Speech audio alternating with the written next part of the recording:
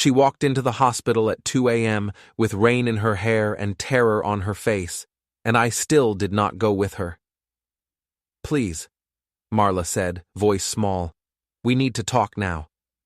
"I'm on the clock," I said. "Patients need their network more than you need a speech." I could see our reflection in the plexiglass of the help desk window.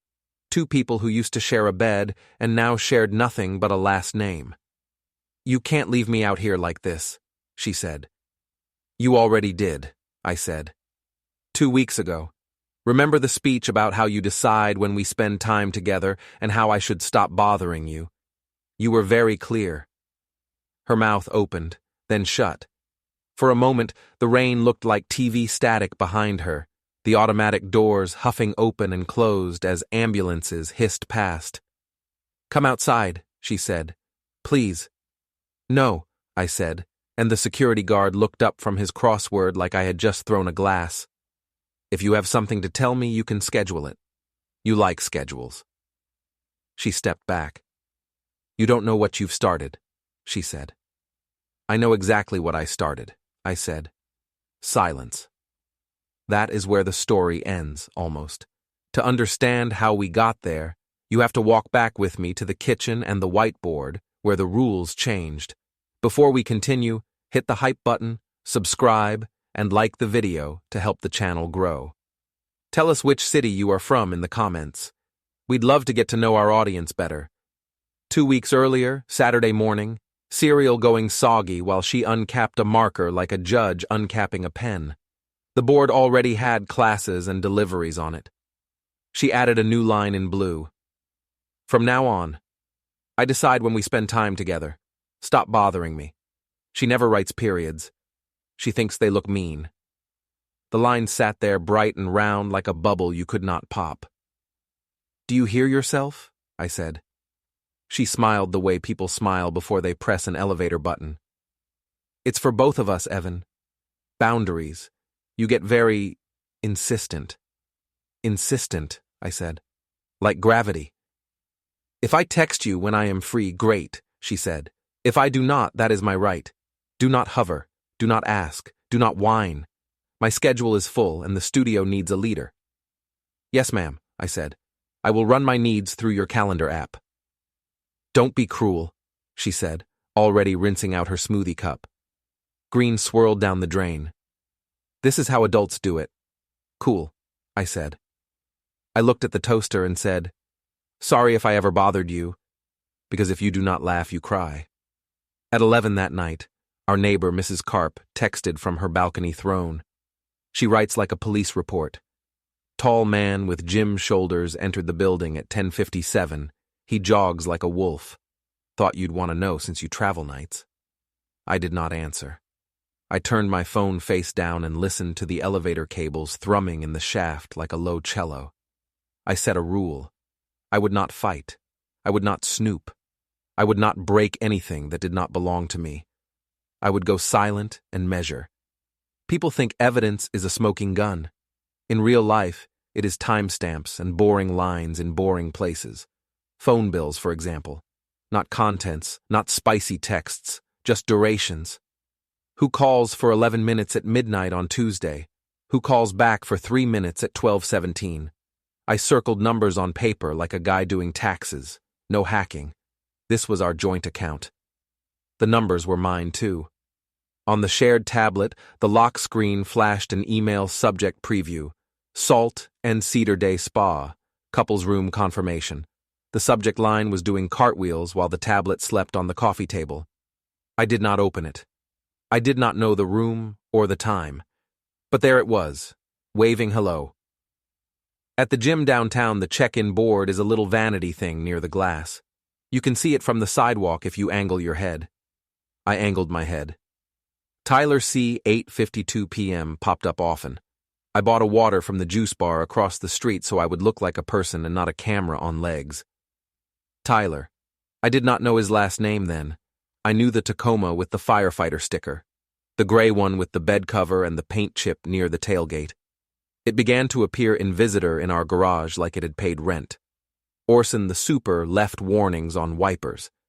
People ignored warnings like they ignore the weather report until the storm hits. Marla posted studio stories every day. Vinyasa at 6, sculpt at 8. A shining wall of mirrors where bodies pretended to be better than air. In one of them, I saw a wrist in the corner of the frame, a black band tattoo that looked like a road. She reposted. The road stayed in the corner like a street you know by the broken lamp. Dirty details have a way of jumping out of clean bags. One afternoon, a sports bra fell from her tote, and a hotel keycard sleeve came with it, used as a bookmark in a wellness book she never finished. Someone had blotted out the room number with a marker, but the spa logo winked from the corner like a stamp on a passport. I put it back where I found it. I pressed record on my phone and practiced lines like a nervous comic. Remember to be funny. Remember to be cold. At a post-class tasting where they poured shots of kombucha and called it a party, Kelsey, her partner, leaned on the counter and told me, "Tyler says you're housebroken now," she said. His word. "Woof," I said. "Do I get a biscuit if I roll over?" She laughed like glass. "You should come to the rooftop gala next Sunday, sunset class for the donors. It will be good for your attitude." "Sounds like a date," I said. I smiled with all my teeth. Inside my pocket, my hand circled that word housebroken like it was a nail I would use later. I left a note under the Tacoma wiper. Visitor spots toe at 2 a.m. Orson will not blink. Just a heads up. He came at 1:40. I saw him from the ramp while I pretended to check a vending machine for gum. He was handsome in the way people are when they spend money on the right sleeves. He saw me see him and kept walking. The truck chirped. I stepped into the lane so I would be hard to miss without actually being in the way. "You know that's a tow zone after 2, I said. He smiled. "Background tech," he said, like I wore a name tag that said that. "You make the rules now." "I read the rules," I said. "Promotion boards read parking violations like scripture. Probation looks ugly on a hero." A sprinkler test punched on with a sound like teeth chattering. They had posted signs in the lobby all week. I had read them like they were poems. Water sheeted across the ramp. He cursed and jogged to the driver door. The Tacoma fishtailed near the pillar and kissed the yellow paint. Not a crash. A scrape. Loud enough to turn a head. I filmed the way the paint shaved off on a concrete lip. My thumb shook, but the camera did not lie. Orson documented it. He loves a clipboard like a saint loves a candle. The Tacoma went on the warning list. Tyler moved the truck and then walked past me close enough for the cologne to cross the border. "Stalking is a crime," he said. "Stalking is a pattern," I said. "This is a conversation. Move your car again and it becomes literature." That night, Marla posted a story. Emergency. Someone stalking me at the garage. The frame was dark. A lanyard glinted like a coin near the corner. Mine. My stomach dropped like a service elevator. I went to work and said nothing. Silence is heavy, but you get used to the weight if you keep carrying it. I went to Riverlight with hospital wellness vouchers and a face that said, "Sponsor." Kelsey took the vouchers like a mayor at a ribbon cutting. I walked past the office cubbies. In hers I saw a go bag, travel minis, second sneakers, and men's deodorant I do not use. My face did not move. I nodded to the receptionist and looked like a man who loves stretching. Kelsey and Marla joked at the desk about Osprey. Do you know how some nicknames are cute until you picture the claws? "He will fly in after the 8 p.m. siren," Kelsey said, and then cut her eyes toward me to see if I flinched. I did not. I sent an email to the fire department community liaison from my real address at the hospital. The subject line was boring on purpose. Rooftop charity yoga, possible photo op for kids' helmet drive. If on-duty presence is permitted, might be great for engagement. No agenda. If they came, they came. If they did not, the idea existed in an inbox, like a seed on a windowsill. Vendors were donating a little roof camera for the stream. Kelsey approved it because she wants eyeballs. I took a picture of the printed approval with my phone so I would remember I did not sneak that part in. Mrs. Karp texted me again that night. Stairwell at 11:14, his hand on her neck. Girls like that think no one is awake.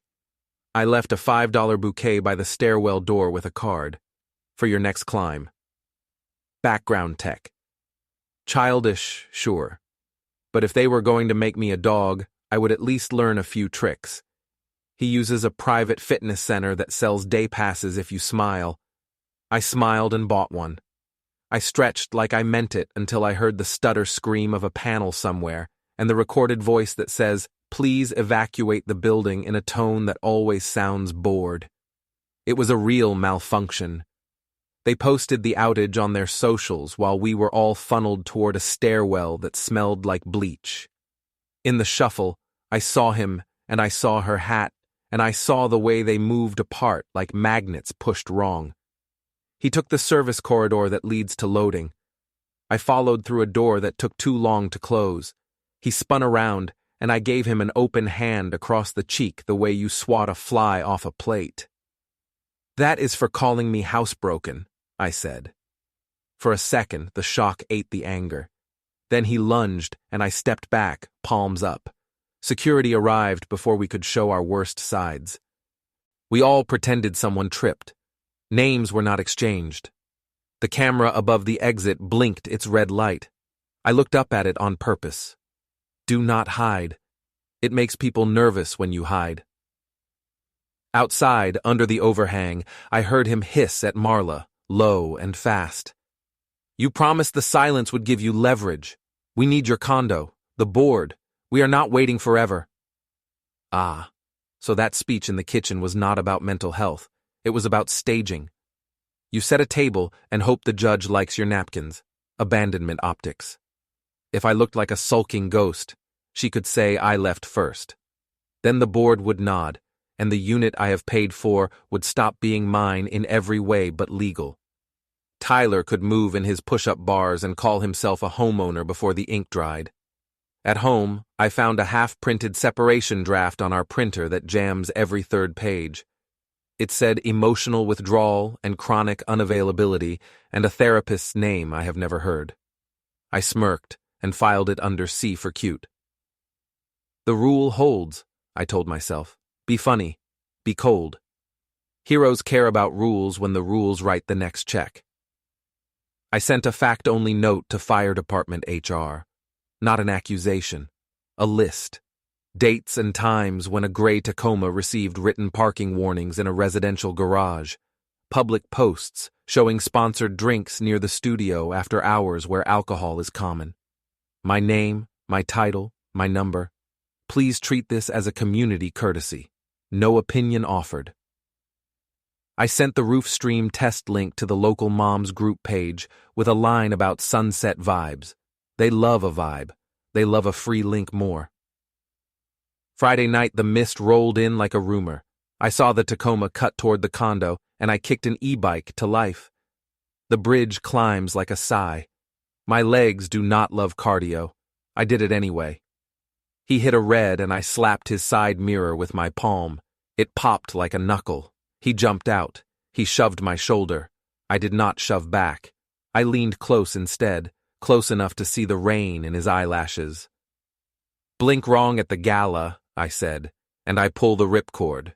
Smile nice and go home, and maybe your Monday is a lecture instead of a hearing. He looked at my hands like he wanted them to stay in my pockets or come out so he could feel better about what he was about to do. I stepped away first and felt the wind because I chose the direction. At the light, I slid a print of the spa confirmation under his wiper, not the email, a photo of the lock screen with the subject line. He stared through the glass like it could turn into water and drown him. Saturday night, his HR sent a meeting request. Monday at 9 a.m. Please bring any relevant context. It was not a bullet. It was a sheet of paper cut into 1,000 neat knives. Gala night. String lights. Donors who do not sweat. Mats aligned like a formation. The roof camera blinked live. The stream counter ticked up as the sun pulled a copper coin across the harbor. I wore a shirt with buttons because you scare fewer people in a collar. Marla worked the clusters like a politician. Tyler hung near the bar in a blazer that looked rented. Orson muttered about probationary plates to anyone who would listen, and a surprising number of people would. I handed the silent auction basket from the hospital to Kelsey and thanked her for community partnership until the words lost flavor. "Photo op time," I said into a mic Kelsey was kind enough to hand me. "We have a raffle for 2 VIP class packs. I would love our fearless leader and her special guest to draw the names." I smiled like a waiter with a tray of knives. They stepped up because you cannot resist a stage if you were born needing rooms. Their proximity hummed. A woman in the front row whispered Osprey and giggled. People always know before you tell them. A summer squall had been grumbling all hour on the weather app, like a neighbor with opinions. It hit the roof in one sheet. The irrigation sensors are automatic. They are a selling point in the brochure. When they smell enough water, they cycle to relieve load. The overflow drains coughed and then poured. Water ran like a drunk line across the deck. "Move to the stairwell," I said into the mic, calm like the VA training video says. "Walk, don't run." In the corner of my eye, I saw the fire department community liaison watching Tyler with a notepad and a face like a calculator. I kicked a black gym bag out from behind a speaker where it thought it was invisible. It slid into a rivulet and turned over. Out came cologne, a spare shirt, and Marla's second sneakers. I did not touch them. Everyone else did with their eyes. I walked to Tyler in the rain. I raised my hand and gave him one clean, open hand across the face. It sounded like a fish jumping. Gasps. Phones like flowers blooming. He reached for me, and I stepped back, palms out, and he had to stop or make a scene that would be replayed in slow motion by a lot of bored people tomorrow. I took a folder from under my arm and pulled out a grid I had printed. Garage scrape. Orson warning. Gym board photo through glass. Spa subject line on lock screen. The housebroken quote Kelsey typed and then deleted, and that someone screenshotted before it vanished. I taped the grid to his windshield with blue painter's tape that peels clean. He got in the Tacoma. He should not have. Hydroplaning is not a myth. The rear kicked. He spun a slow, irritated circle and cracked the bumper on a planter that had held geraniums an hour earlier. No injuries, no crash report, just a dumb bang that looked loud on camera. The stream got all of it because the stream gets everything. Marla screamed at him, and the mic caught enough. "You said he'd break first." People hear that sentence and apply their own endings. I turned to her. The rain flattened her hair down to the version of her you do not see online. "From now on," I said into the mic, "I decide when we spend time together. Here is my decision." I took my condo fob and dropped it into the nearest drain where the water could carry it to a place that did not remember me. "Keep the condo," I said. "Keep the studio. Keep the gawkers." I kept my spine. The liaison stepped forward and handed Tyler a card under the eave. "Monday at 9, he said. Tyler nodded like a man who had swallowed a battery. I leaned into the truck window and spoke quiet. "File whatever report makes you feel tall," I said. "The footage shows me moving people to safety and you breaking your own bumper. Monday's going to taste like pennies." Then I walked back to the roof camera and looked into it the way you look into a bathroom mirror after a hard truth. I let the villain in me show because he had been born anyway, and he deserved sunlight. "We are done," I said. Sirens echoed from downtown, storm calls and small crashes. None of them were for me. "Last chance," she said. I looked at the wet floor sign and the way it did not stop anyone who wanted coffee. "No," I said. "You don't know what you've started," she said. "I know exactly what I started," I said. Silence, then a flood.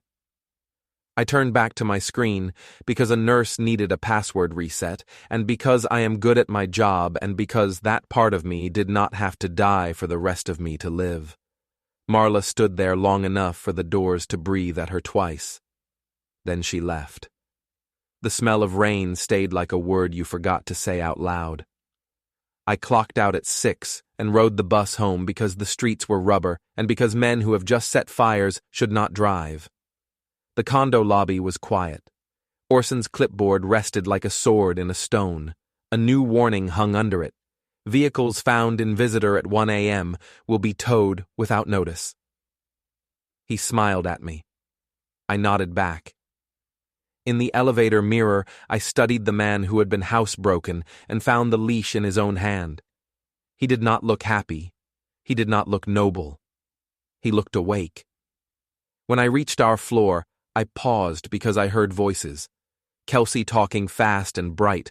Marla answering with the same voice she gives clients when refunds are not available. I did not go left toward the door we used to share. I went right, toward the stairwell where the bouquet had dried into papery colors. I took the stairs down, stepped out into the cold air, and let it rinse whatever would come next. This is where the story ends. Not with a lesson, not with a judge, not with a promise we both know we will break. It ends with rain on a planter and blue tape on a windshield, and a man who finally stopped waiting to be told when he could turn the page. I keep going.